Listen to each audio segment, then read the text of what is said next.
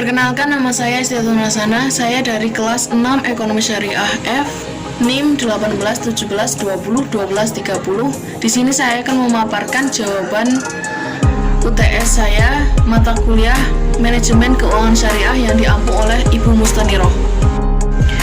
Yang pertama itu, langkah konkret apa yang dapat dilakukan oleh lembaga keuangan syariah agar tidak mengalami kebangkrutan ataupun mendapatkan kembali kepercayaan dari masyarakat. Yang pertama itu, kita bisa melihat apa penyebabnya mengapa lembaga keuangan syariah tersebut mengalami permasalahan masyarakatnya itu sudah mulai tidak percaya.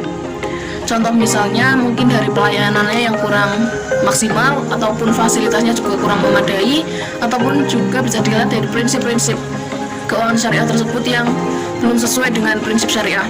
Jadi apa yang bisa kita lakukan yaitu dengan memperbaiki pelayanan yang ada, meningkatkan fasilitas-fasilitas yang ada, terus kemudian kita harus mampu mengambil keputusan asumsi-asumsi untuk masyarakat kembali kepada lembaga keuangan syariah tersebut dengan menerapkan prinsip-prinsip yang ada di dalam lembaga keuangan syariah itu sesuai dengan prinsip syariah yang berlaku.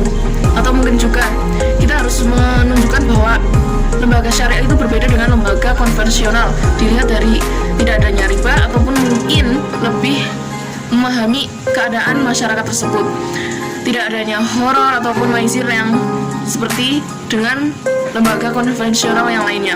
Jadi kita harus mampu mengembalikan kepercayaan masyarakat dengan asumsi-asumsi bahwa lembaga syariah itu lebih kecil kemudaratannya dibanding dengan lembaga konvensional lainnya. Yang kedua yaitu bagaimana langkah bagi seorang investor pemula dalam menghindari resiko usaha untuk berinvestasi.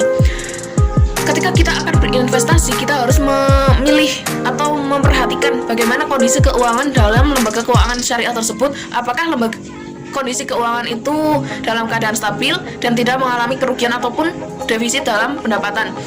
Jadi itu yang terpenting. Terus kemudian juga bagaimana tingkat kepercayaan masyarakat terhadap lembaga keuangan syariah tersebut. Lalu juga bagaimana dengan prospek masa depan dari lembaga keuangan syariah tersebut, apakah terlihat baik dan dapat diterima oleh masyarakat ataupun kurang dipercaya oleh masyarakat. Jadi itu alasan-alasan yang bisa kita ambil dalam berinvestasi agar kita terhindar dari resiko usaha dalam berinvestasi. Kemudian contoh misalkan dalam lembaga keuangan konvensional, contoh misalnya dalam Bank BRI.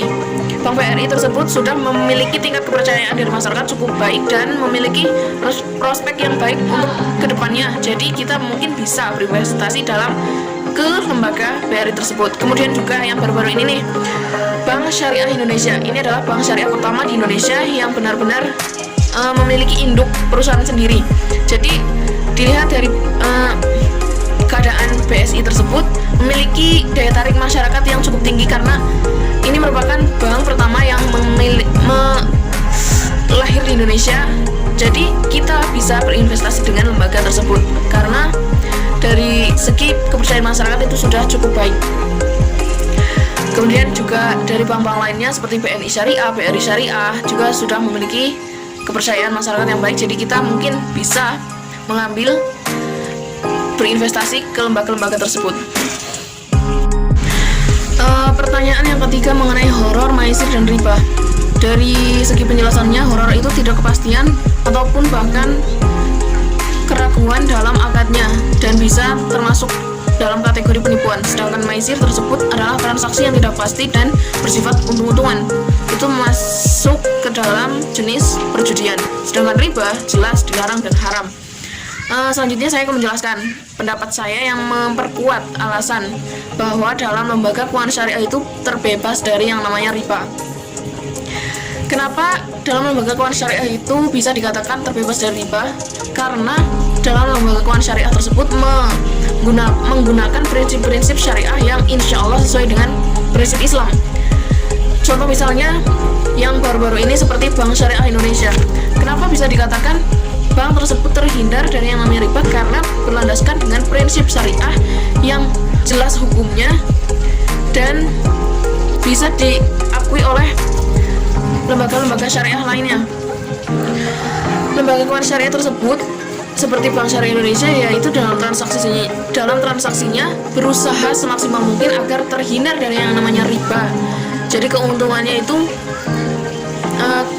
sistemnya itu berputar, jadi tidak seperti lembaga keuangan konvensional yang lainnya yang lebih mengutamakan dari keuntungan dari segi bunga banknya.